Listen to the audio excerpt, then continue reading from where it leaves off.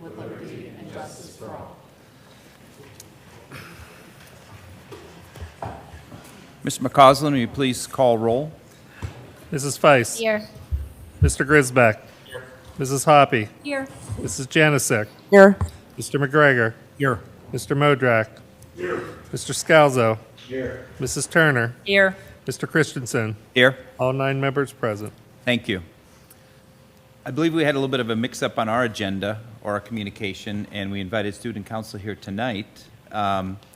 And they have a report all prepared for us, so we're going to insert that as item number 3.5 on the agenda, okay? And if you can come up and give your report, and then you can also give one next week too, if you like.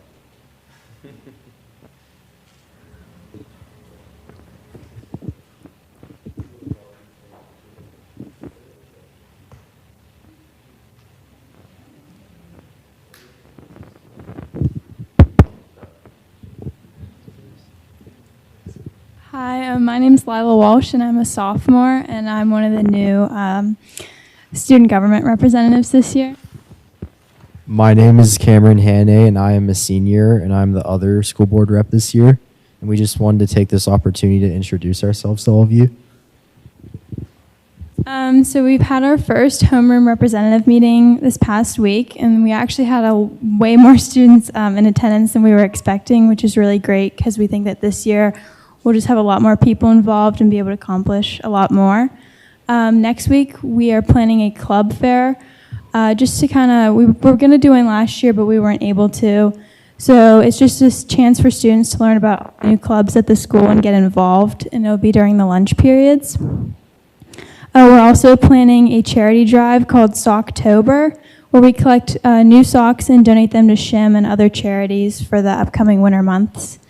And our homecoming spirit assembly is this Friday, and that'll be followed by a spirit week next week leading up to homecoming, which is Saturday, October 1st.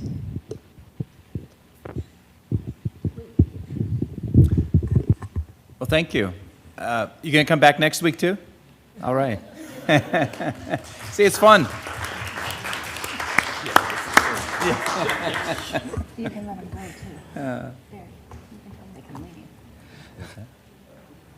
Oh, you can leave if you like. Okay. Yeah, it's a good. We can't. You can. So next item on the agenda, we're going to have a presentation from Mr. Glenn Yoka. Is that who you? Yaka? Okay, sorry about that. And this is on a letter request for mixed-use development.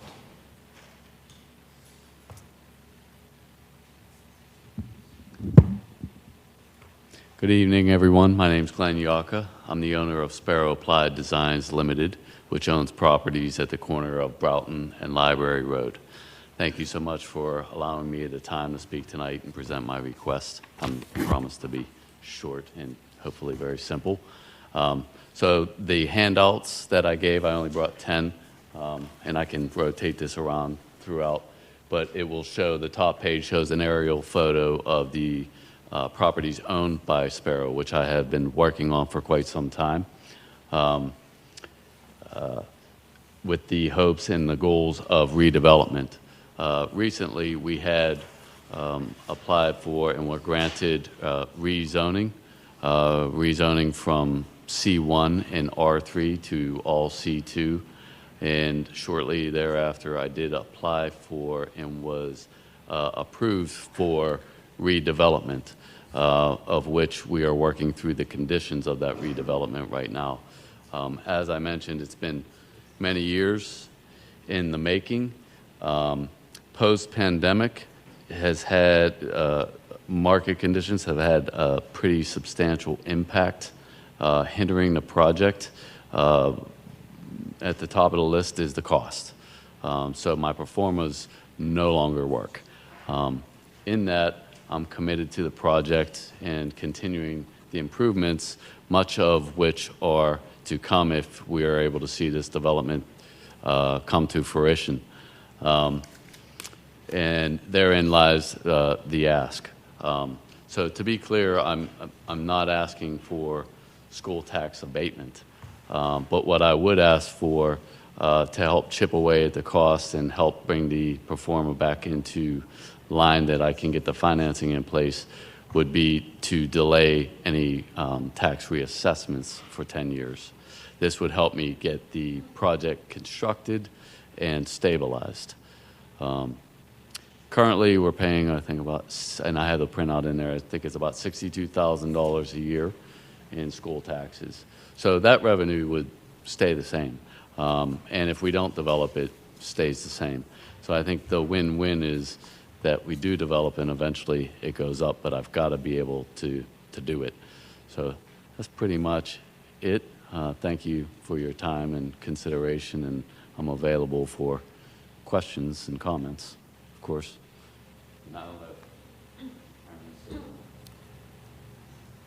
Looks like the second page of your handout might actually be a better graphic if you have that one visually. Yeah. So the second page, that is showing most, that's the one.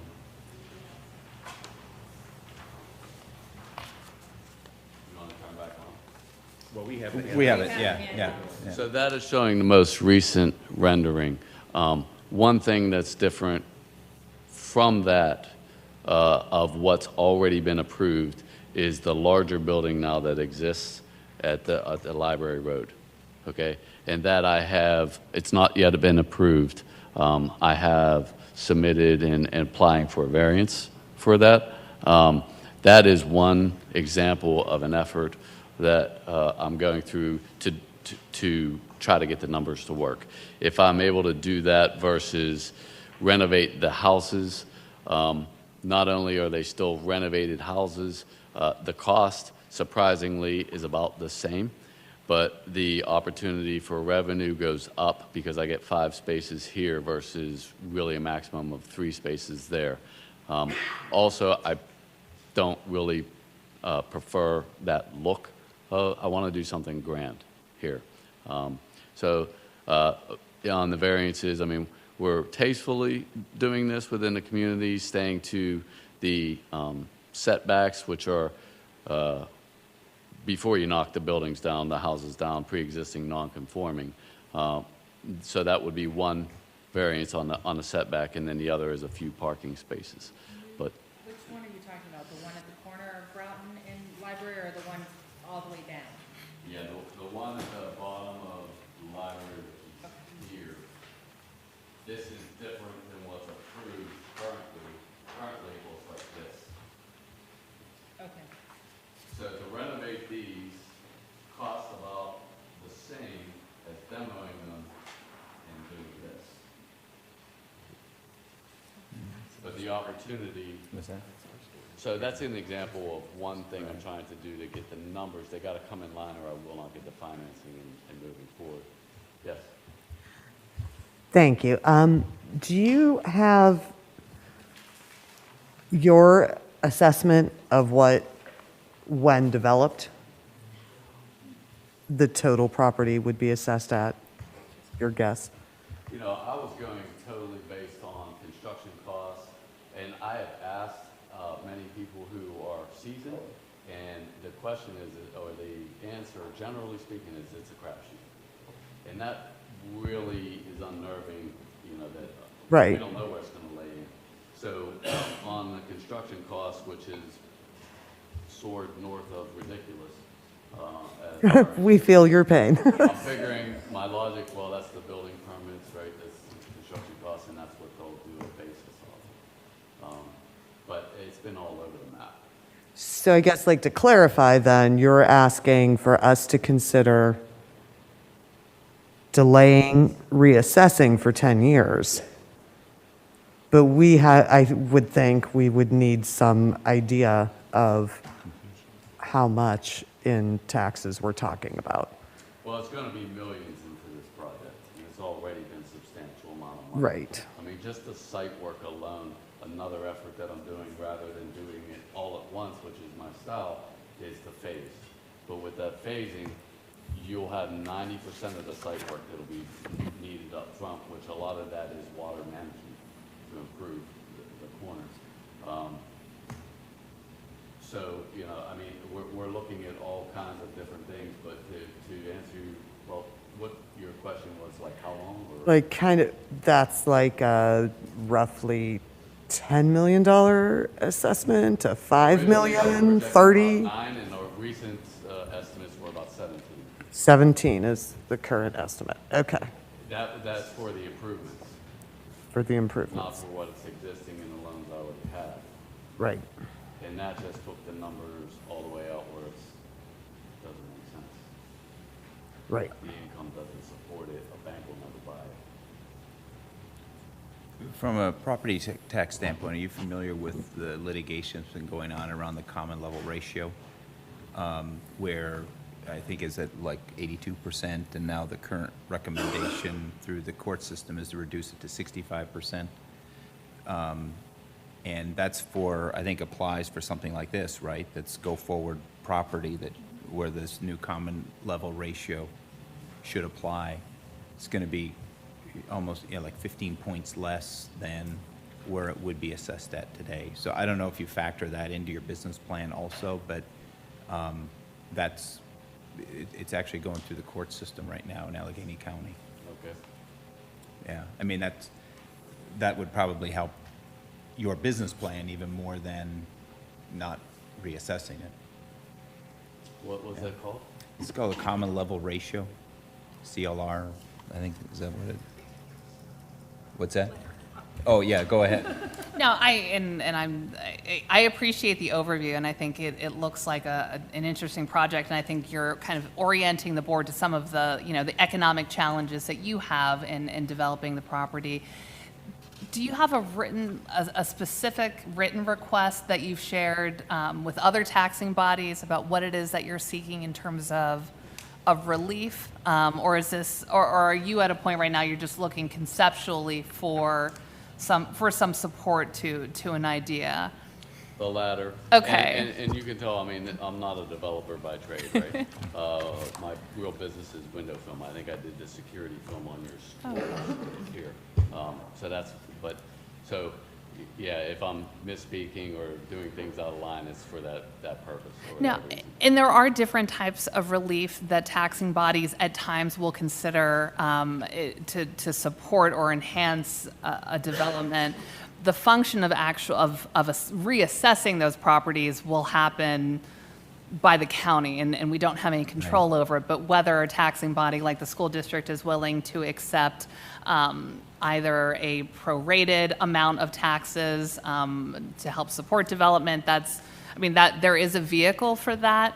It's just it usually sounds and looks a little bit different than what you're talking about tonight. But it sounds like this is an entree into a conversation. Is that Well, I fair? started with the county, and they actually kind of suggested this would be the better path. Okay. And when you're looking at even the number, right, the biggest tax is the school taxes. But they were like, it's a long road to go with us, and it's a very, the probability's not high. And he was pretty forthcoming with me on that.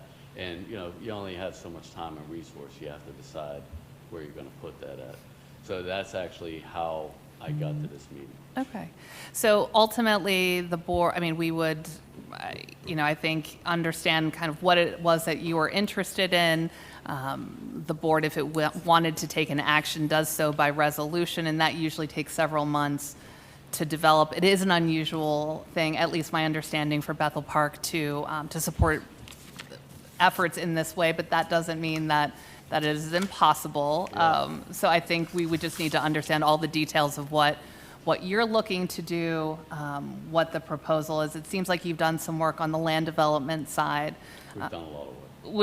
which means that you're, and it sounds like you have a pro forma that you're starting to work on or fine tune. So I'm sure if you coordinate a little bit more, perhaps with Mr. McCausland and any appropriate person on the board, that we could continue to evaluate the request. And I would say, if that's if acceptable. it's a specific request, I think at some point we'd have to know kind of what is the valuation or the expected valuation of the property.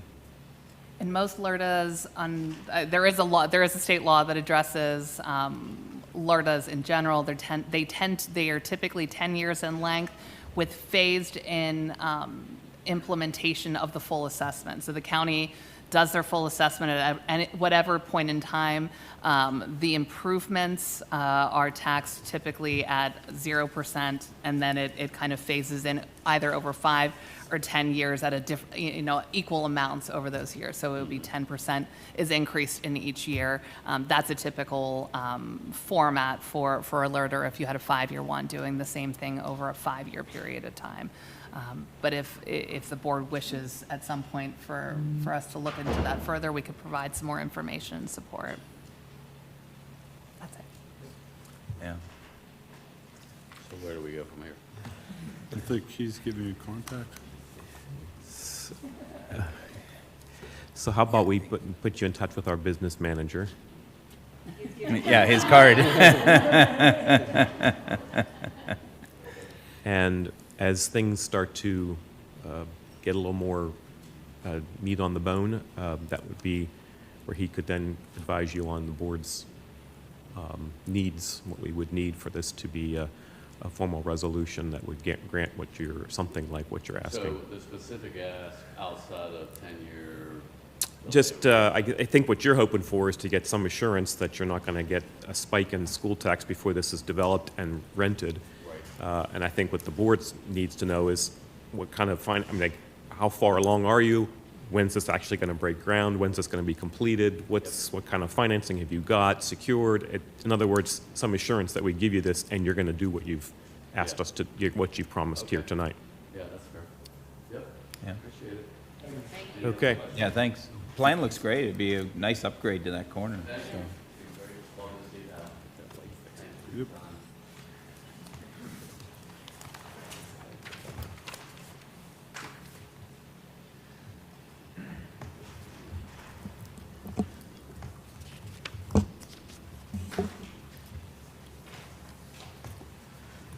Next on the agenda, Dr. Mensch.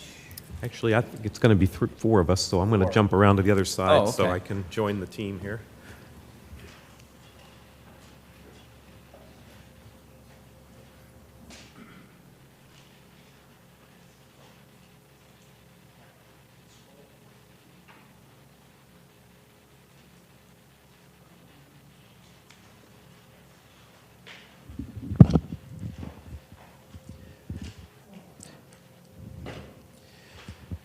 So the board had approved in the spring of 22 a new policy related to trauma-informed care or trauma-informed approach to education. And it was quite a meaty, hefty policy that the board adopted at that time. And it's a point now, we're about 6 months into it, where we needed to update the board on where we are with all of the expectations that the policy was laying out for Bethel Park. I think it's important to pause at this point and acknowledge that there isn't anybody in the room who couldn't identify or realize the seriousness with which schools are faced with social and emotional issues that students are dealing with. It became very evident to us during the COVID years of where students were and what their needs were socially, academically, emotionally, etc. So the plan was exceptionally necessary and, again, exceptionally weighty. There was a lot to it, and so we wanted to walk you through some of the pieces that are already in place or are getting into place so that you can be assured that the promises we made to our community through that policy are starting to come true. The first place to start is a handout that the board received. It's a portrait version here of our trauma-informed care plan of action on how we're moving forward to implement our plans and our needs. And I'll draw your attention to a couple of important pieces in that document. The first of which is an underlined passage in the first paragraph of the document that reminds us quite emphatically that student achievement is directly tied to student social emotional stability. That when students have experienced or are experiencing trauma, it shows up in more than just their mood. It shows up even in their academic success. So there is every reason then for our schools to be focusing on those student needs so that they can be the best version of themselves and reach their ultimate potential. Also in that plan would be, that document would be some of the principles upon which our approach has been based, some of the philosophies, if you will, about how we're and why we're moving forward in the ways that we are here today. On the screen, then, jumping to the PowerPoint, on the screen are some of the pieces that are currently or starting to be put into place to surround our students with all of those supports and tools that would be necessary for social and emotional success, which then leads to academic success. First placed, upper left-hand corner, remind the board that you did approve in your annual budget some additional staffing for social workers, counselors. So there are people in every building now focused on, 100% of their day, focused on students' social and emotional well-being. You know, it was Mr. McCausland who made a really profound point in the course of these deliberations and finances that we put all of our weight in the physical health of students with phys ed class and the nutrition guidelines in the school and the cafeterias and so forth, but we hadn't to this point put any attention to the social and emotional educational pieces. So here we are. We have some full-time people dedicated to the work in the schools. We've expanded student assistance teams in all the buildings with support from outside agencies who can help us remove barriers that are preventing kids from reaching their best ultimate success. And those processes there, the student assistance process, is an important tool in a teacher's toolbox who generally get to know the kids on a really personal level about what they were doing well, what their dreams are, what their expectations are, etc. And when something's not right, the teachers tend to know and can make a referral to the student assistance team to mobilize and make sure that those students' barriers or those issues are brought to everybody's attention and we can remove the barriers for student success. I'm not going to talk much about the Teams room because one of my co-presenters is going to tell you more about that at the high school. I'll move on to the MTSS, the umbrella that you see there, but essentially if we break that down into simplest terms, we try and layer the supports for students, multi-tiered system of support, a layer that's underneath all of us to support every kid, and then you go up a layer and gets a little bit more personalized, a little more identified when students are in crisis or in needs, and you keep moving all the way up that pyramid to make sure that we have what is necessary for the student just in time or just at the right situation. And it's that layered approach. It also works in the special education world, and it works in all the different pieces, even in the academic world, layering interventions, and so that everybody gets just what they need. We have some administrators attending restorative practices training, where we have alternatives to the exclusionary discipline or the negative connotated discipline. That's ongoing, and in fact, there's a motion on the board's agenda tonight about that for one of our administrators to attend a conference on this issue. That's one of those ideas that we're going to crawl, walk, run, and take our time to make sure we have everybody up to speed on that before we start using that in our buildings and with our students. And I'll also note that extracurricular opportunities is also expanding, finding more places for students. We know solidly that there is great research that says when a student feels connected, respected, and valued to the school, that lifts their attitudes and their efforts and their motivations. I can speak for my own kids. You know, with baseball was what got my son out of bed every day and into school. It's what kept the grades up during the baseball season and beyond because of that connection to the school, to the coach, to his teammates.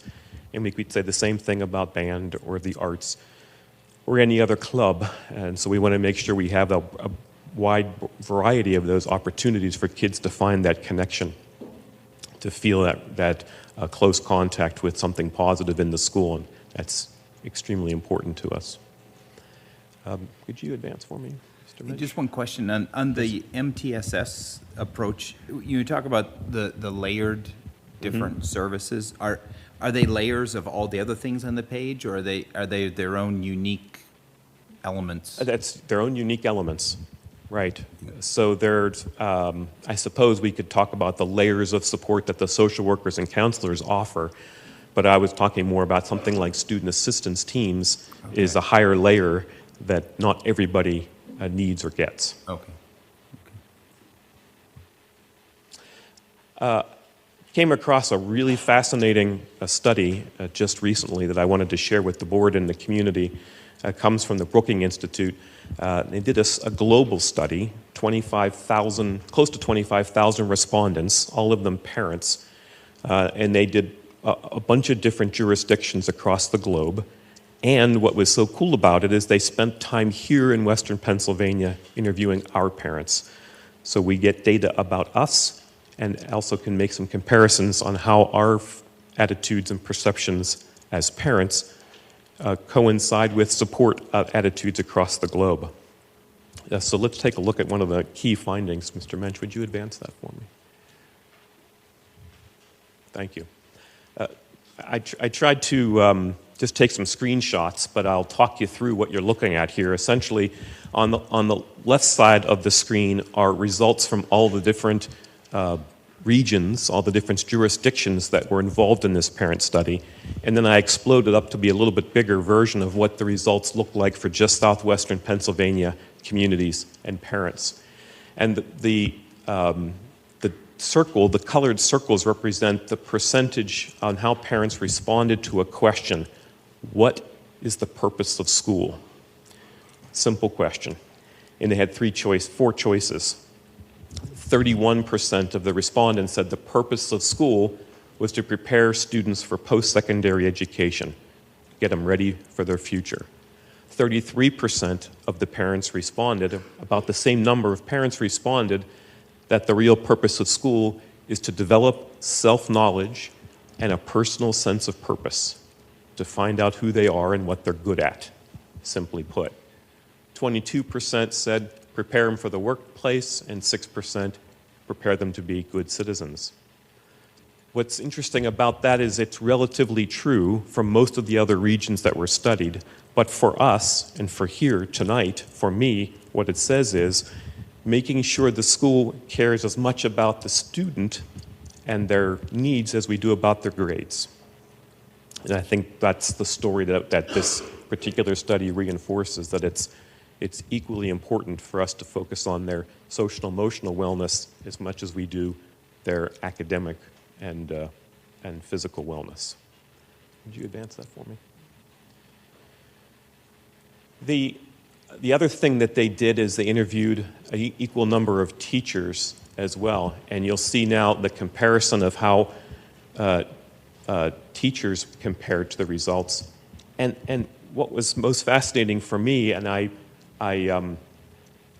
pulled out this particular section of the report because they asked asked the parents, okay, what do you think the teachers would say to the answer of that question? What would teachers say is the purpose of school?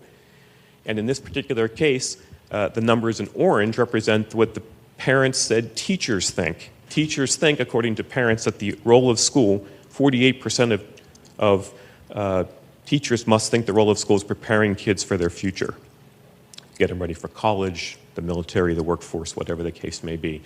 20% said to gain that self-knowledge, 14% prepare them for the workplace, and the parents think 8% of believe it's all about being good citizens. Ironically, though, when you surveyed the teachers, their results were exactly the same as parents. Teachers believe exactly what parents believe, but we think differently about each other. Teachers think parents want you to get them ready for the future, get them ready for the post-secondary education, and parents think you want the same things. But the truth of the matter is we all want the same thing for our kids. We want them to be great people, know themselves well, and are ready for whatever the future brings for them. Important point that I'm trying to make here is ultimately that the work we're doing in this area, this social emotional area, is very important work. Not just because I said it tied to their academic success, but it's also because it's important to our families and to our teachers that we make great people out of the students that come into our building every day. You move me forward one more slide. A couple other relevant facts that I think are alarming maybe, or deeply concerning to us as educators who work with students, children every day, that 1 in 5, 20% of the kids who come into school every day are dealing with a mental health condition of some sort. And also, of the same population, 10% of the youth in the schools today will end up being diagnosed with some kind of substance abuse disorder in their future. These are big numbers. And this is where the work of the SAP team, this is where the work of the social emotional programs, this is where all that work can surround students with supports and help them at the toughest time to be alive, is in your teen years, your youth years. One more. And I close with the words of Mr. Rogers. He's been oft quoted and has become quite relevant in recent days as educators reading his work and watching his craft from back in our youth realize the work he was doing is exactly the work we're trying to get done here, is making them kids interested in identity and exploration and figuring out who they are and what they're good at, and to also be respectful and kind people to begin with. So what he said in 1970s, whether it's a preschooler or a young teen, a graduating college senior, or a retired person, we, human beings, all want to know that we're acceptable, that our being alive somehow makes a difference in the lives of others. We need to know that we're worth being proud of. And that's what brings us here tonight, is that work you did 6 months ago to get the plan in place, the policy in place, and here we are tonight telling you where we're going on this journey to make sure that we are reaching out our hands and making sure kids know that they're worth being proud of. I'm going to turn the mic over to, who's next? Mr. Mensch. And I'll do your... It's a little touchy. Okay. Two-finger swipe. There we go. Two-finger swipe down, Doc. Okay. But very carefully. Got it. Well, thank you for having us here this evening. I appreciate it very much. I'm here accompanied with Mrs. Crystal Summers, our school psychologist, who's wonderful, and also Mrs. Lisa Kusick, who is our new team's coordinator, here this evening to speak about this topic. Just a general overview for our folks at home. I know the board's very familiar with the trauma policy, but for our folks at home, the trauma policy looks at evidence-based practices. It's really looking at some of our policies and procedures with discipline, with attendance, with some of our grading practices, some of our integration of the cultures and languages of our student body, making sure that we're being respectful of those things in our planning. It really focuses on partnerships with outside organizations, which for us is Auberly. Auberly is one of our dear partners in the SAP process. And it also looks at training for trauma-informed approaches with our staff, and for our staff to even recognize that in themselves, because they've been through a lot over the past couple years. Also, Dr. Walsh talked a lot about the MTSS framework, and it calls for us to enhance that. And just to clarify for Mr. Christensen, that Tier 1 is really what we do for all students. So what we would do for all students. And there's 3 real pillars of MTSS for us. There's an academic pillar, there's a social emotional learning pillar, and there's a behavioral pillar. Okay, and those 3 things should have an MTSS structure.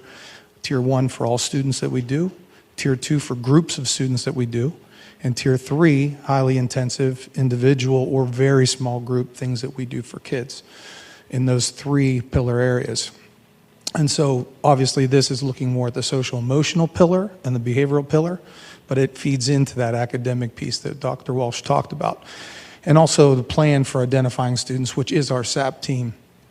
And I think one of the things that's in the policy that we're going to talk about tonight is the universal screener and also the school climate survey. And I want to be sure that we understand there's a big difference between those 2 tools. The universal screener looks at what is internal about us, how we tick. If we think about our social emotional selves, how we tick, That's what the Universal Screener helps identify for students, how they tick about their emotional and mental health wellness, okay? Whereas a school climate survey looks outside of the self and students' perception of the outside about what's happening in the school, what's happening in the hallways. So the Universal Screener is more about how they think about themselves and social and emotional wellness.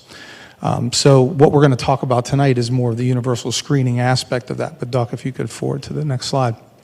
What I'm very glad about is that we have partnered together to get a lot of good things going. We have the K-12 SAP process, which is still evolving. We've got more social work services involved in the student assistance program and in our day-to-day aspects at school.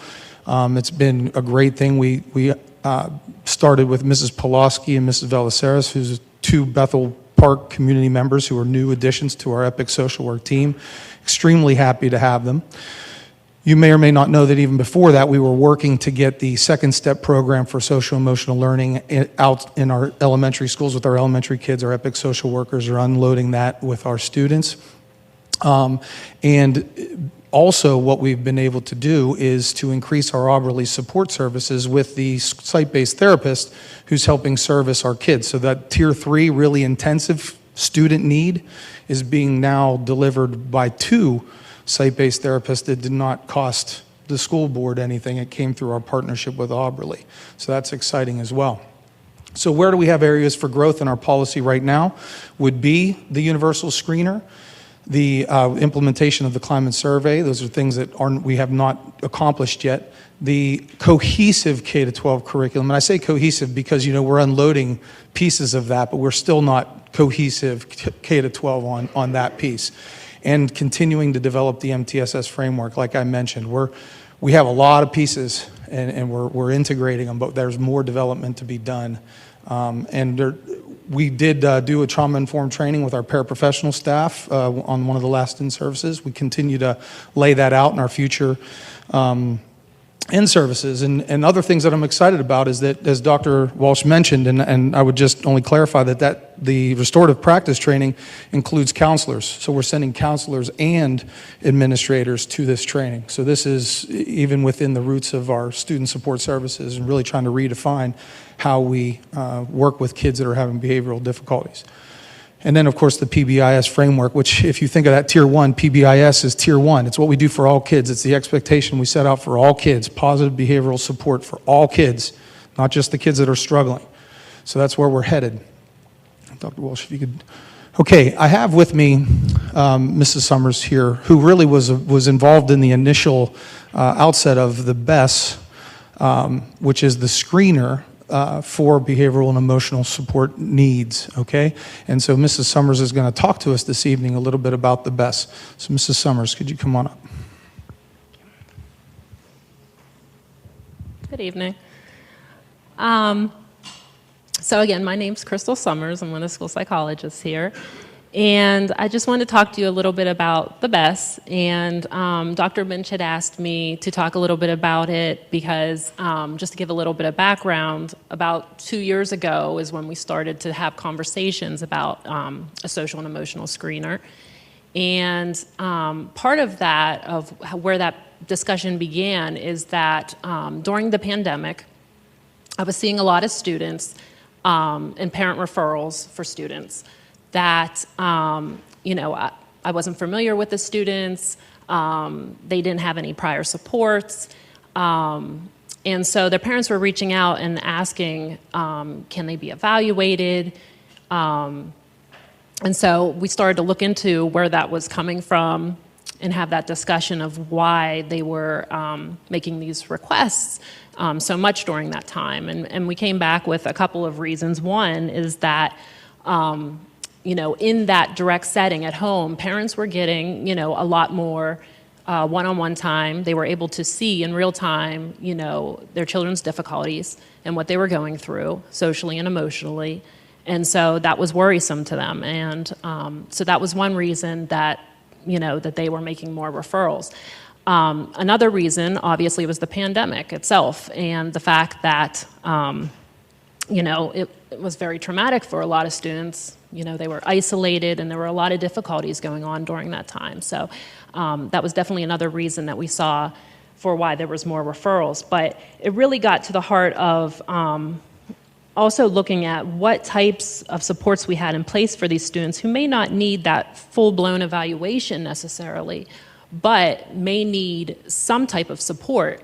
And also those students who I never heard about before, who we might have been missing and falling through the cracks at some point. So, so we went back and we looked through and trying to identify those types of students, we came up with looking at something like a universal screener. So the BESS is nice because it is such a quick assessment. So it looks at a lot of different areas very quickly and kind of can get to the good stuff very quickly. And it's also can be, as you can see up there, self-report, teacher report, parent report. So there's a lot of different areas it can look at. I think at this point we're focused on the self-report, but there are other options too. And so basically it is something that can be used in schools. It's very easy to use and has been used for quite a long time. The validity of it is great. It's research backed. And so, in our research, we found that to be one of the best tools to really hone in on some of these difficulties that we're seeing. And then a couple other things, it requires no formal training for the raters. So, students can complete it, teachers can complete it, and parents can complete it without any type of specific training for it. And again, like I said before, it's very brief, 28 questions. It's one of the briefer ones that I've seen. Most take 15 to 20 minutes usually.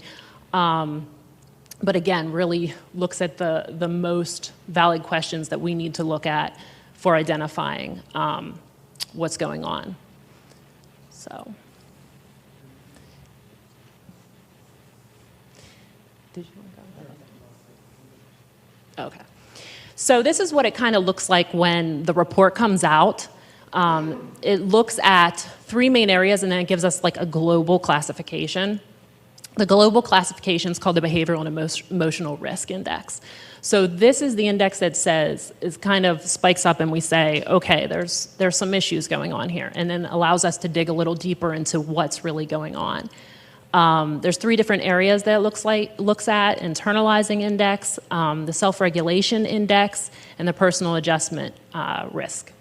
So internalizing, just as it sounds, is more of those things that we're not privy to necessarily, that things like, am I feeling lonely? Do I feel sad? Do I feel like I have, friends and things like that really get to the heart of how a student's feeling internally about themselves.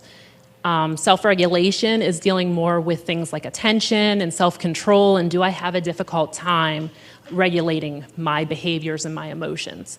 And then lastly, personal adjustment deals more with like coping skills, like how, even if I might have some difficulties, do I feel like I'm coping well in different situations.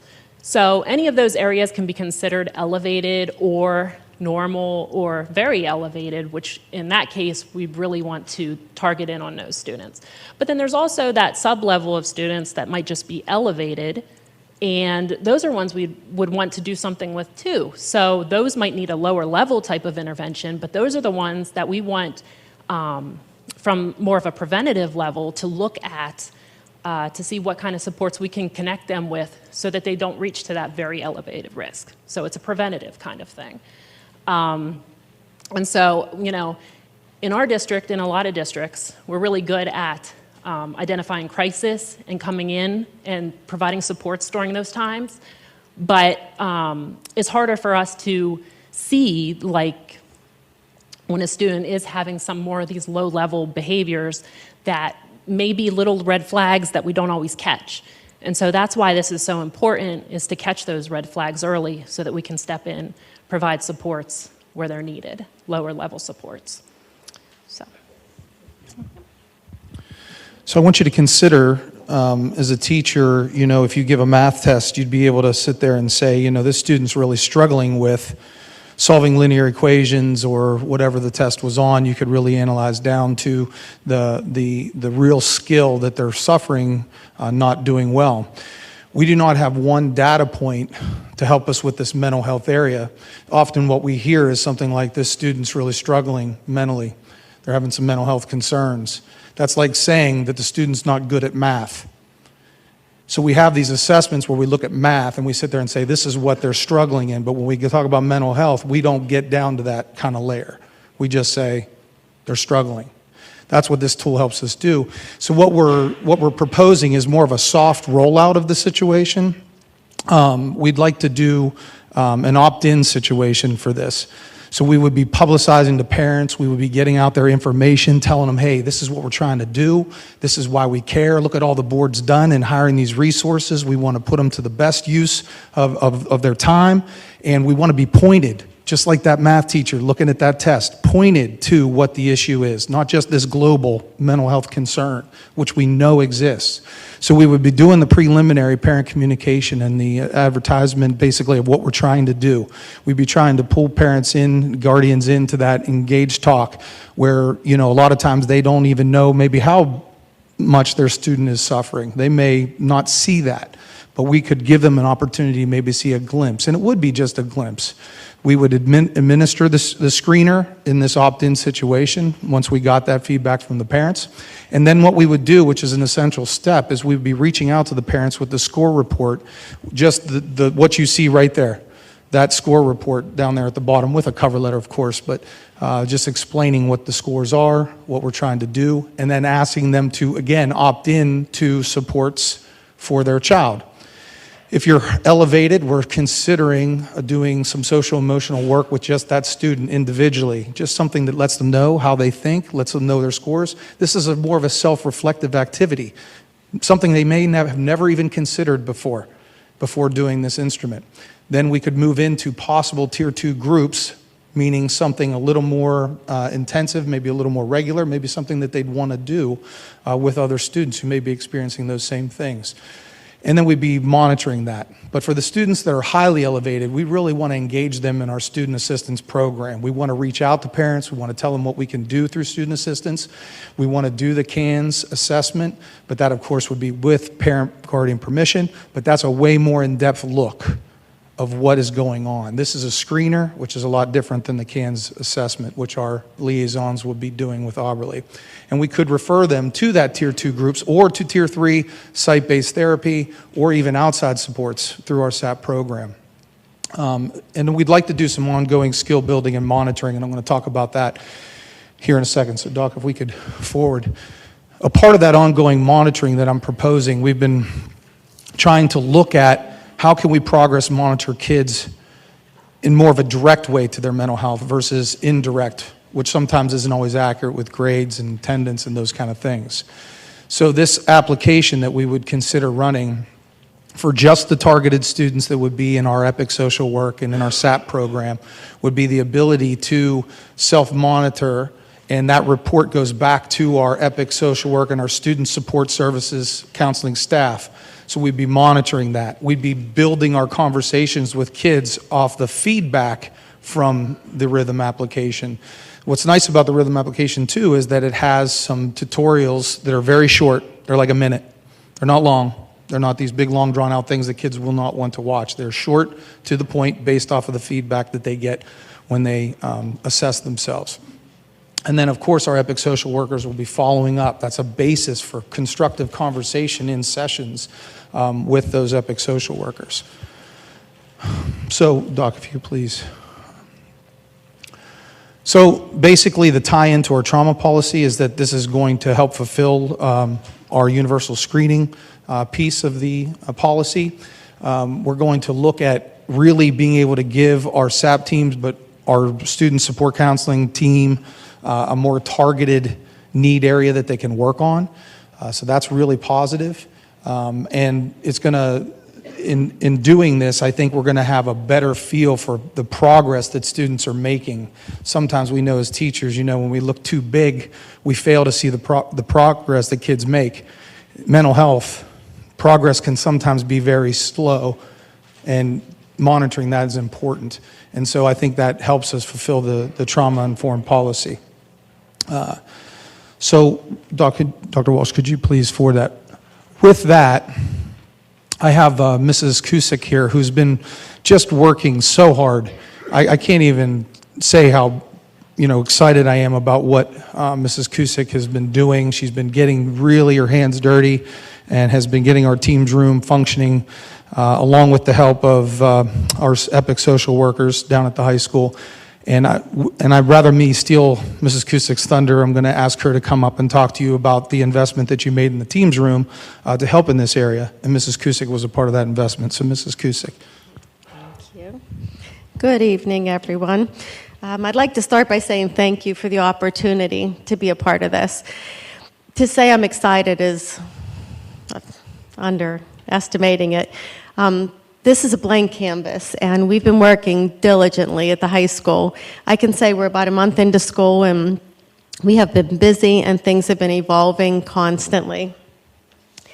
I want to tell you something that happened the first day of school, though. When Mr. Villani met with the 11th and 12th graders, he explained the concept of the Teams room in the auditorium when he was talking to them, and he was met with a lot of applause. And I thought that spoke volumes, that the kids themselves knew there was a need for this. I have to tell you, since school started, we have had the door open for support over 200 times already. And I say it that way because I can't say we've had 200 students. We have some that come back quite often. But I will tell you that we're averaging about 55 students a week. We are seeing them for everything from just maybe they were being avoidant, loafing in the stalls instead of classrooms, to some that have experienced real traumas and came in just to try to get a talk in or some quiet time before they went back to class. But being that this is a Teams room, we wanted the students to have input as well. So we have been pulling them with some Google Forms on topics they would like to discuss this year. We had a bunch of coping skills listed that they could check off, as many as they wanted, and then an open-ended saying, is there anything else you think you need to talk about? And I found it interesting that when we were done with this, the top 3 that came back were managing your stressors, building self-esteem and self-worth, and communicating effectively and assertively. So our social workers are in the process right now of putting together a 4 to 6 week group they will be doing in conjunction with the counselors to offer the kids sessions on these topics. We've also participated in lead groups. In September, we did storytelling and gratitude mapping. We have some mindfulness quotes in the weekly school bulletin. And I have to tell you another experience we've had. We have lunch times open, and we all know there's kids that's a painful time for them. They're sitting, they don't have anyone to sit with. So quite a few of them came in, and they just sat there and they ate their lunch. And I'd come back every day, and I came into the Teams room one day, and I'm like, what is happening in here? What they didn't realize is they organically formed their own social group, and they started talking to each other. I mean, there was conversation going on I couldn't believe. So we're just seeing so much in there. It's amazing. Just to give you a tour of the room, which I'm hoping you can do soon on your own once we get some decorations in there. We have 3 small rooms that I wasn't so sure if the kids would use or not. There's a room for a desk, a chair, and that's pretty much it, a closed door. We didn't want to call them chill rooms. You know, the kids weren't too crazy about how they looked at first. We call them destination rooms because in the end they are going to have murals in them and decorations for different parts of the world. The kids love them. There's a lot of times a student will come in and say, I just am going to the destination room for a while. When they come out after some quiet time, they either are ready to talk to a social worker or they're like, I'm good, I'm going back to class. So they've been working out really well. We also have areas that offer engagement. We have areas that offer distraction. We have whiteboards, journals, coloring, fidgets.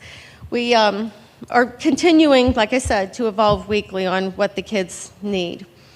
Those destination rooms have also offered us a place to offer the kids some telehealth areas. So once again, we're getting all of this out of the main office, and the kids have a nice private room to come down with a headset and have their therapy sessions.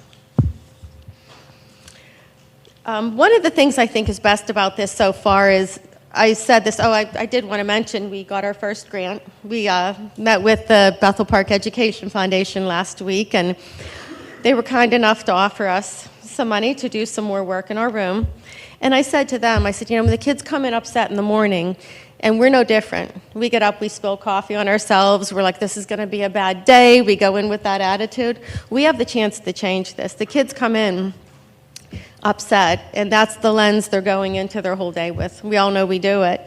But I've actually witnessed so many times them feeling better and getting back to having a productive day in the classroom, which is what this is all about.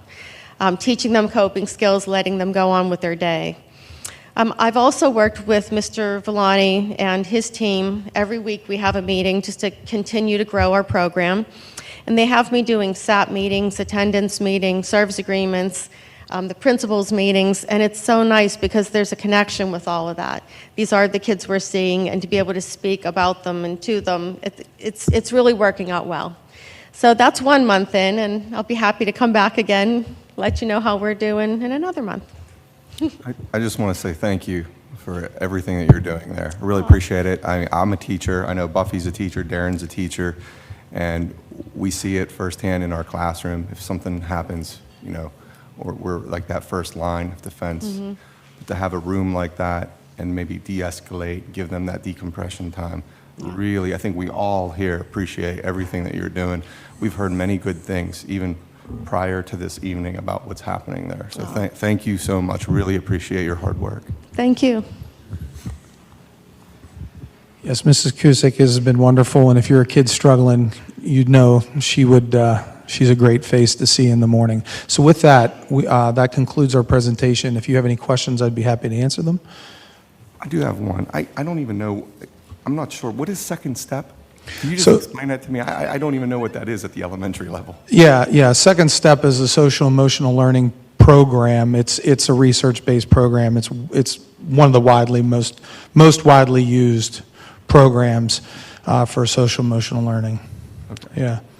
So I can get you some information on it if you'd like. I wasn't sure like how that's implemented, what they do with it. Yeah. So the EPIC social workers work with the classroom teachers as a push-in model. Okay. And really, it's been mostly 3rd and 4th grade, just because of manpower. Okay. That's about the best we've been able to do. But with the increase, we are able to get into more classrooms in 2nd grade this year. Okay. So, Great. but I'll get you some more info. Thank you. Yeah. Dr. Mensch, question on the first slide of the BEST page. You had listed the student survey, the teacher survey, and the parent survey. Will you be doing all three or just the student survey off the bat? Yeah, right now for our soft, what I would consider more of a soft opening, just to get our feet underneath us, we're doing student surveys only. Okay. But yeah, you can do all three. And there's districts that are doing it multiple times a year. Mount Lebanon's doing the PASS 2 times a year, as an example. Like we're just trying to ease ourselves in here. Understood. Thank you very much. All right. Dr. Minch. Yes. As we're moving forward, excuse me, some baby steps it seems at this time, but anything in the future, like I said, with the teams being successful for the first month, again, in this experiment down there, any visions for IMS? So some type of rollout up there, or again, not to put you on the spot, but we are looking down those roads to enhance and improve and expand this, Well, I think this approach.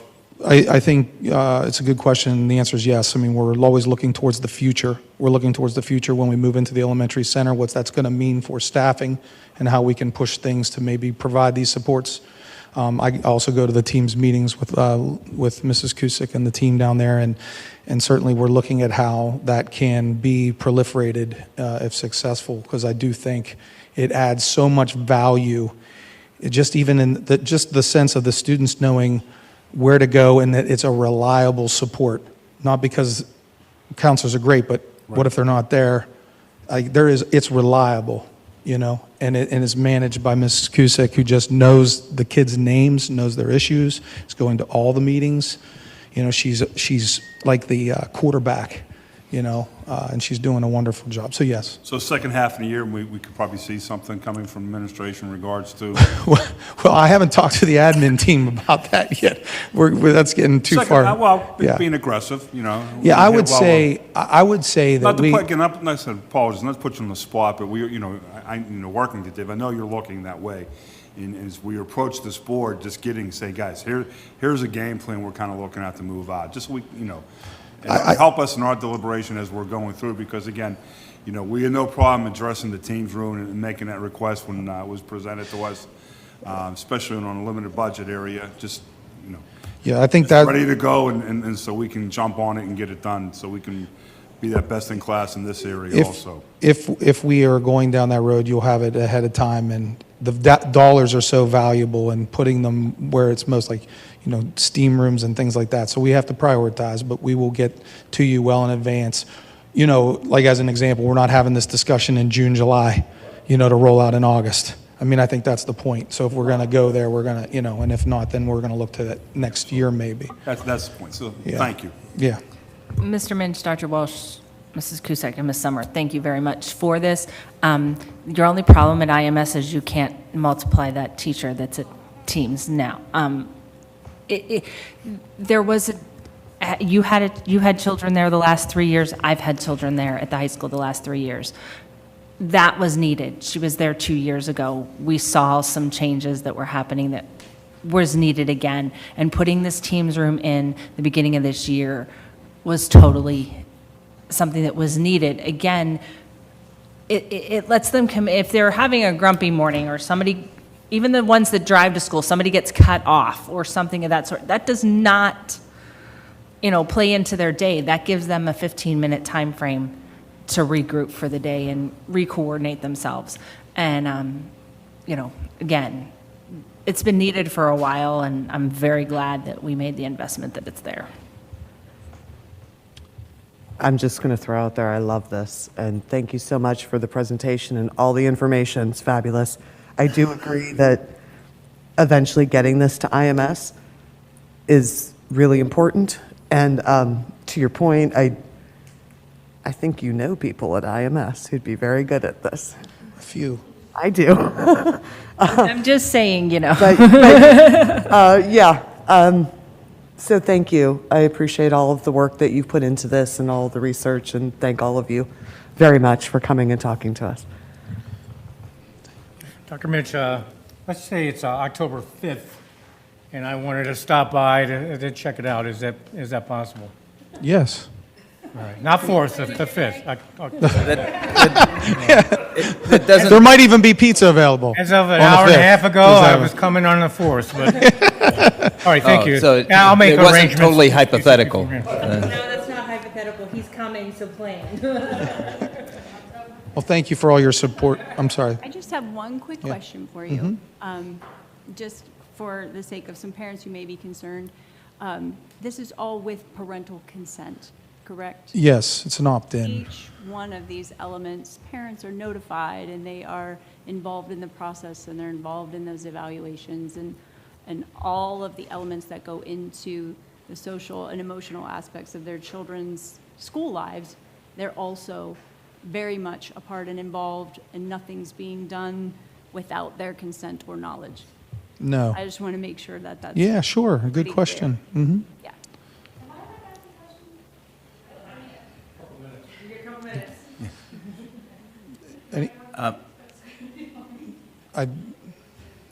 Anybody else have any questions from the board? I had one question, or just comment, and I mentioned this to Dr. Walsh earlier.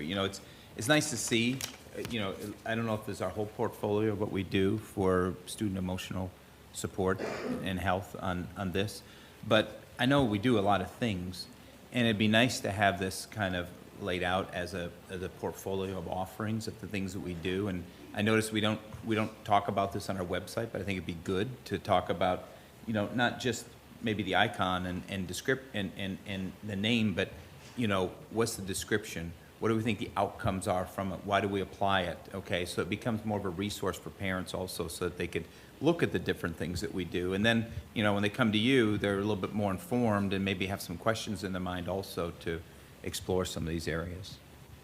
Yes, we can do that.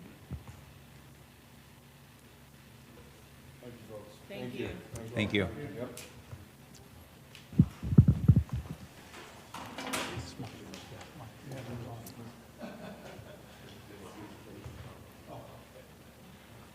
Now, the next item on the agenda, public comments on the agenda items. See, patience is a virtue, yes. Okay. So hi, I'm Tracy Sullivan, 2006 Superior Street. So I did have a couple questions, Gail. Thank you. You asked one about parents, so I'm actually going to be talking to you guys. Parents' permission. So first of all, could we opt our children out of these surveys? Of the service or of the screener? Surveys. You would be opting in, so no one's no taking it opt-out. unless So you, only people who want. yeah, if you want it, yes. And when you said you have those teams rooms, so far this is only in the high school. Correct.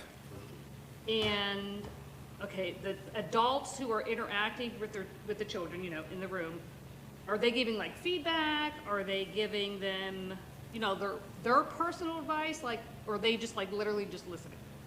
Well, they're EPIC social workers, so they're master's level Okay, I wasn't social sure, workers. Yeah, that's okay, yeah. So I think it could be both.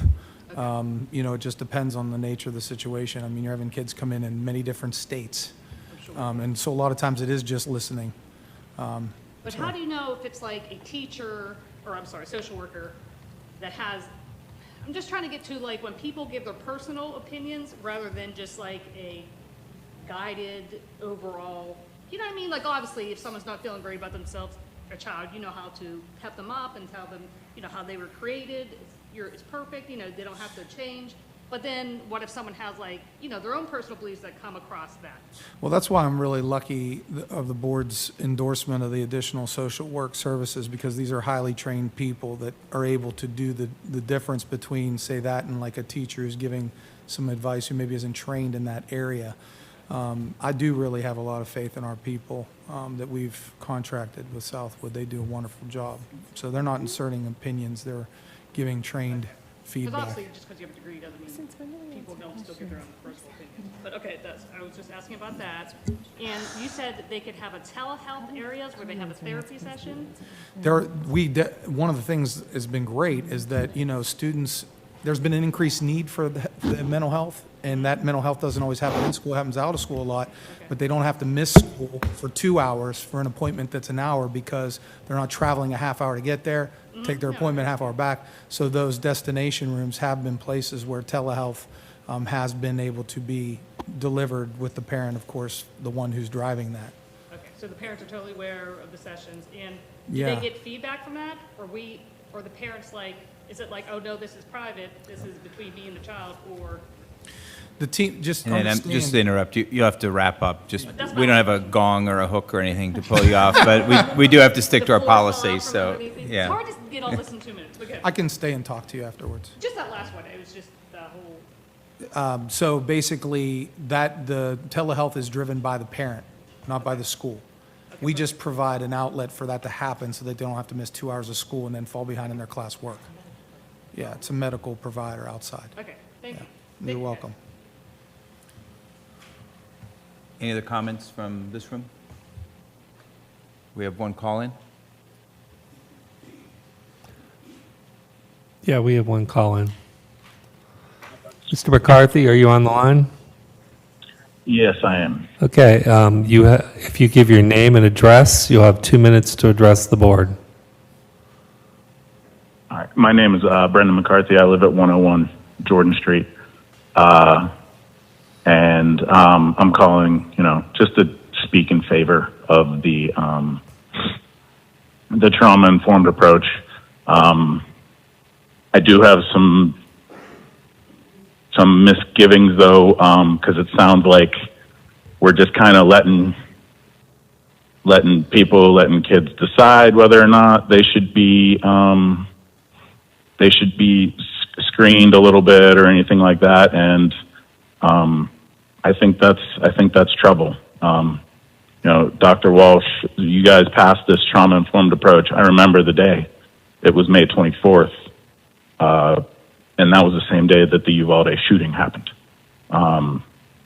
And so we can talk about how to stop shootings, and we can talk about locks, and we can talk about cops, and we can talk about all that other stuff. But by the time we get to that point, it's too late, because we've already lost somebody. Whether this kid, who knows? But this opt-in, opt-out, there's a lot of things in public school that are opt-out. And if we're going to be doing surveys and we're going to be surveying the climate, and you're only surveying the kids that decide they feel like being surveyed that day, or the parents that feel like their kid needs surveyed, then I think we're going to lose. So that's all I have to say. Thank you. Any other comments? Okay, let's move into the committee reports. Mr. Scalzo, will you take the curriculum committee and cover the items that'll be on the agenda for next week? And then, of course, recommend those that should be moved to the consent agenda. All right, under curriculum committee, we have 3 items. Acceptance of foreign exchange student. Number 2, professional development. And that is giving permission or recommending to permit Diana Franzak to attend the Eradicate Hate Global Summit at the David Lawrence Convention Center in Pittsburgh, PA, from September 19th, 2022 to September 21st, 2022 at the cost of $881.97. And number 3, the 2022-2023 athletic handbook. Are there any questions or discussion for the 3 items? At this time, I would... Wait, sorry, I couldn't get my microphone on. I have a question about the athletic handbook and the changes to, and I don't know if anybody can answer it here or not, the concussion baseline testing information. What do we do with the baseline information we receive? How is it handled? And if a kid does get hurt in a sport, how are we using the head trauma with the concussion baseline testing? So the baseline would be under normal conditions without concussion problems, what your functioning, your speed, your mental acuity rates, or how it scores, so that if there was an athletic related injury or a concussion, then there would be a comparable, how has your the brain trauma been impacting your speed, your Okay, acuity, we need to and so talk forth. offline because a parent was told that we don't do the second test after they've had a concussion. Right, so we wouldn't do it, it would be your doctor. We provide What the baseline. happens if it's a different before. baseline? Because even different health insurances are using different baselines.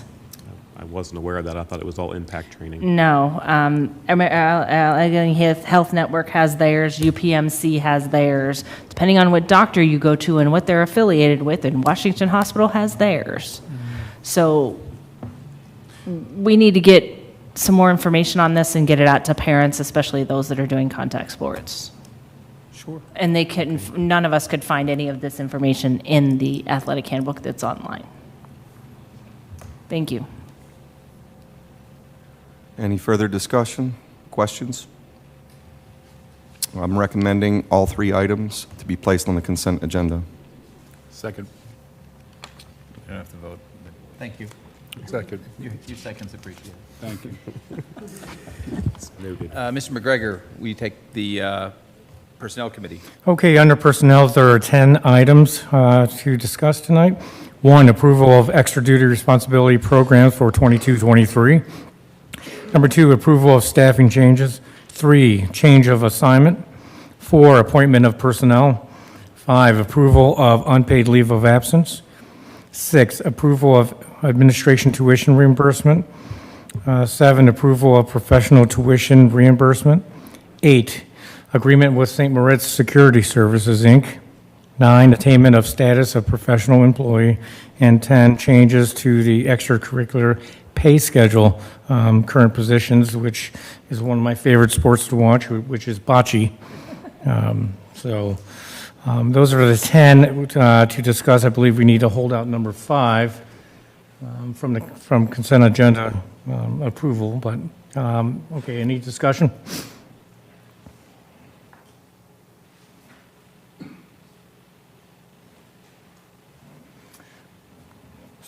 So since there are none, I recommend 1 through 4 and 6 through 10 be moved on to the consent agenda. Thank you. Mr. Grisbeck, can you take finance? Yes, I can. We have 9 items tonight under finance. Number 1, September 22, salaries and bills. 2, August 22, financial report. Number 3, Pennsylvania Commission on Crime and Delinquency grant acceptance. This is to the tune of $159,070 for physical school safety and security, as well as the same amount for school mental health. This item will go for physical safety, things like cameras, barrier doors, or door barriers, things like that, and then mental health, crisis intervention training, restorative practice training, as well as 2 social workers that were previously mentioned. Item number 4 is the Bataan grant acceptance for $7,500. Number 5 is the purchase of Rhythm software for $4,000. Number 6 is the Bethel Park High School Unified Bocce Team. That basically it's an agreement between Bethel Park and the Special Olympics. I think it's a yearly $1,000 stipend for that. Number 7, payment for Bethel Park High School excavation project for $50,304.45. Number 8, approval of student services contracts. These are for PA Connecting Communities and Goodwill of Southwestern Pennsylvania UPMC Project Search. And number 9, approval of crowdfunding request for an extra $4,000 for the football school boosters. Does anyone have any questions about any of those items? And I apologize for the slightly extended reading this week, but I've had some comments about difficulty navigating board docs, so I figure I'd try to make it a little bit easier on people. Just wanted to note, Mr. Grisbeck, that the printed copies of the agenda had one more motion on there that was pulled at the last minute because it wasn't ready for board approval on copier lease agreements. Understood. Thank you very much. Anyone have any questions on any of those 9 items? I just have one question on the crowdfunding request. Since, with football, we're going over the limit. I don't know what the limit is that we set, Ms. Turner, if you remember, but should we look at revising the policy? If this is going to be something that every year we have to approve going over, should we just raise the limit? I was going to talk with Dr. Walsh and Mr. McCausland after in the next week or so. I mean, I'm just staring at what they need to purchase for football. It may be something that some items the board needs to look at, because if the headsets aren't working, we got to have a conversation, because they're not just used by football. Some other things I get that they're getting for their needs, but that one jumped out at me the other day very quickly. So yes, I understand we need to look at that, and I'm just going to tell you that the next one coming through on this, and it's going to be over $4,000, is wrestling. Yeah. So we should probably maybe take a look. Maybe we could have Mr. Sloan meet with the coaches to kind of come up with a recommendation and bump it up by 30% or whatever. So we just get a feel for what we're going to see and build a little headroom, so we don't have to approve every single one. Agree. Yeah, I doubt it's actually a threshold, I think, is what you were suggesting, that there is, I think the policy wants to make sure through the process that things you raise through crowdfunding under the auspices of the Bethel Park School District or the Bethel Park Athletic Program should be maintained as Bethel Park property, so that you don't use our name and our reputation to obtain donations or crowdfunding things to purchase stuff that we don't want to. So we did do some changes to the policy early in my tenure because the coaches wanted to see a little higher threshold This was a number they came up with. They also wanted to make sure that they had more than just one authorized site that they could use for a crowdfunding program. We expanded that list. Mr. McCausland was involved. So this did get some attention last year, and the coaches and athletic director were involved in those changes. I don't want to put the threshold so high that they can start raising all kind of money for frills. And I can't think of a better word than frills. I understand what you're saying, but I'm just looking at some of these things on this list, and I think, Mr. Christensen, you had one play football. Some of this stuff might be some things that we as a district need to keep and make sure they're in working order. Yeah. Any more questions on any of those 9 items? Hearing none, I move all 9 to the consent agenda for next week. Very good. And Ms. Turner on the policies. Thank you. Approval of policy 816, the district social media. I would move to the consent agenda. It'll be approved next week. Revisions, the second of 3 readings, again, will be voted on next week as the Student Activities Fund. The next item up, so 1 and 2 would go to the consent agenda here. Everything else would be up for discussion. Revisions to the policy 127, the assessment system. I believe that new wording has come out to kind of at the board's request for students in the middle school who are not proficient in math and/or reading will be scheduled for intervention programs in lieu of foreign language exploration and/or STEAM enrichment classes. Proficiency is determined by school administrators' analysis of the student's performance on PSSAs, MAP testing, and report card grades. Placement can come from a teacher recommendation in consultation with a parent and/or guardian or by the parent or guardian's request. So we had asked for a more robust look at the whole thing and much more parent involvement, and I think the parent conversation is now there. Right. So that is the first reading of that. Can we do this out of order because the discussion doesn't last anymore? Okay. Procedures for the honorary high school diploma. Dr. Walsh, I know you and I had talked about this. What is different? So the existing policy has provision for honorary diplomas to be awarded to veterans who left school to serve in the military. It's been around for a while, and it was targeted towards, say, World War II, Vietnam, Korean War veterans who enlisted before they graduated, to give them a way to return and earn or complete their diploma and have it awarded by the board. The amendment here is to add another layer to that, to someone who didn't complete high school but has provided some exemplary service to the community and is requesting through family or themselves to be awarded an honorary diploma. So it's an addition to the existing policy. In order to get the high school diploma, do they have to have attended high school at some point in time, or? It doesn't, no, there's no minimum criteria like number of credits you should have had or anything. The military one even allows you to have gone to high school someplace else. You return Right. and return to Bethel Park, and you can get a Bethel Park diploma for that purpose. This honorary one would be that you left or went for some significant consideration, some trauma event or something you weren't able to finish high school, that the board could consider through the application process awarding a diploma, honorary diploma. Okay, there still is. It's not like a GED. It wouldn't be a. Right, it's not, right, it's equivalent. honorary. Okay, Yeah. sounds good. And then for discussion only, the AR Use of Force Procedures and Regulations Manual for Policy 860, Employment for School Police Officers. Yeah, so this was a long time in coming. It was our school police team, with the help of our prior solicitor, who put this together based on the state of Pennsylvania's model policy. And it's quite comprehensive. It includes everything from the training all the way to the reporting of the use of force, from the most innocuous, simplest forms of force all the way up to the most lethal forms of force.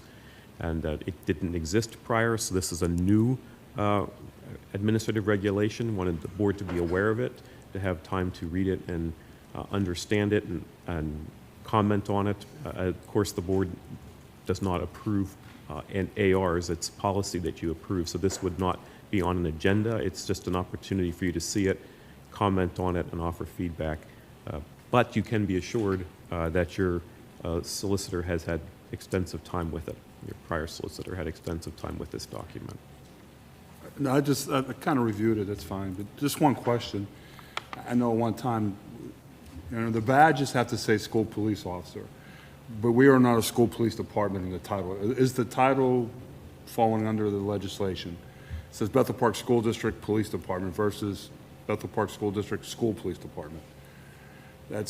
Is that? Yeah, I because might the have to policy check goes that. through. I'll have to check that, Mr. Yeah, because Medgar. I saw the graphics and all that stuff, and I know, again, at one time you had to say, your badges had to say school police. And I'm just making sure, again, your ROI number will be a school police department versus, that's all, that's my only concern. Okay. Let me look, Just to make make double sure. sure that language is correct. I can comment on that, because that question came my way earlier. I did meet with Officer Gaulis. We reviewed the policy and the procedure, and it's in line with what's... State, with the state, because again, the badges have to say school police. It has to say the school district, and it has to say police. It doesn't have... Badges have to say school police. It says on there Bethel Park School District, and it says police. police. I'll go back from when I ordered them and I ran them. You had the badges and your graphics should say school police. I specifically asked that question of That was part of the school code. Yeah, I specifically asked that question of Officer Gaulis, and he showed me and assured me that it was in line. So I just we can double-checked revisit it that again. School code had said, must say school police on badges. We'll check that for you. Yeah, thank you. That's Sure. all. Yeah, I think it's a good procedure, definitely needed, so that there's, so that the process that our school police officers go through is not arbitrary, it's not subjective, it's well-defined, and this is protection for them also, so I think that's fantastic.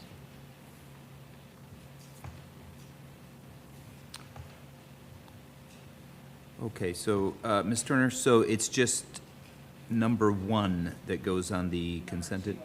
Oh, yes, okay. So those 2 will go on the consent agenda. And then, other PSBA officer elections. Are you familiar with that one, Mrs. Janisic, since you? Yes. Okay, maybe you can take that. So we do have to cast votes for our PSBA officers. You'll note that the number of positions open equals the number of candidates running. So there are no seats opposed, and these are the candidates and those are the seats, and it makes our voting fairly easy. Okay, so this is a part of our vote, it's not for information, we vote No, through the mail we or have to- anything. This is a vote. Right, this is going to be the vote. We will cast our votes, and then Doug, as the board secretary, will record them with PSBA Okay. electronically. Okay. Yes, but we're not choosing between anyone. This is who we would need to vote for, unless you want to withhold a vote from someone. These are the only candidates. Right. Okay, good. And then the other item, superintendent goals? How are you going to outdo a blue ribbon award next year? Not even, that's not the goal. Yes, the board is obligated to approve and then publicly display the superintendent's goals. And the version that I have shared with you this evening is really focused heavy on moving pieces of the strategic plan forward in this coming year. It's specific to certain pieces, whereas last year's goals were mostly around finishing the plan, promoting the plan, and developing metrics to sort of measure the plan. This year, I'm trying to move certain pieces of the plan forward. There's also a fairly prescribed process that the Commonwealth of Pennsylvania has in school code on what categories from which the superintendent is to draw his goals. So that the formatting, the structure, the categories are all prescribed, and then I try to focus the board on specifics, focus my work for the board's approval on specific aspects of those areas that I'll be working on throughout this year. I also was able to use some feedback from my annual evaluation to direct additional efforts in some of the areas that the board had some recommendations for. For this item, it's worded as the acceptance of the superintendent and assistant superintendent's goals. I'm only seeing superintendent's goals. We provided with those prior to the meeting. Yeah, so what I've done in the last couple of years is to write my goals based upon Dr. Walsh's goals so I can be in conjunction in support of that. I'm also going to be adding a couple additional goals around capital projects this year. So you'll have that this week. Okay. Okay. Yeah, just as long as we have it a few days in advance to review. Thank you. Thanks.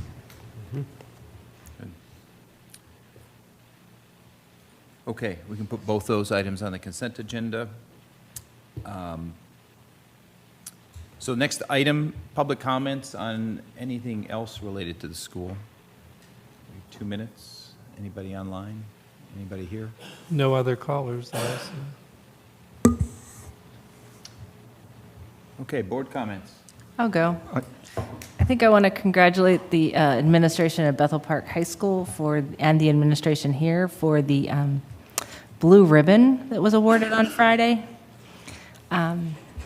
Hard work, dedication, and working with those students is what got us to that goal. So congratulations to Mr. Villani, Dr. Kaczynski, Mrs. Franzik, and Mr. Fozzie. Yes. Anything else? Any other comments? I just wanted to say, Dr. Walsh, I love your Bethel Minutes. Yes. If you haven't seen the Bethel Minutes yet, you've got to check them out. They're short little videos on our YouTube channel that are being posted on social media, but they're awesome. Give you a tour of the little... Mr. still waiting for it to be a minute. They're really great. I love them, and thank you for sharing those Not with easy. us. The only thing that would have been better is if you were holding a hoagie in your hand. Well, the hoagie shirt, I think. That's a really big hoagie on that shirt there. Could I just say that all this promotion, they gave me a shirt, I talked about it on my, and not one of them came up to sell me a hoagie. Not one. We got to get you on the hoagie list. We got to get you on the hoagie list. But thank you very much. They're awesome. Thanks. Mrs. Hockey's already asking. Just saying.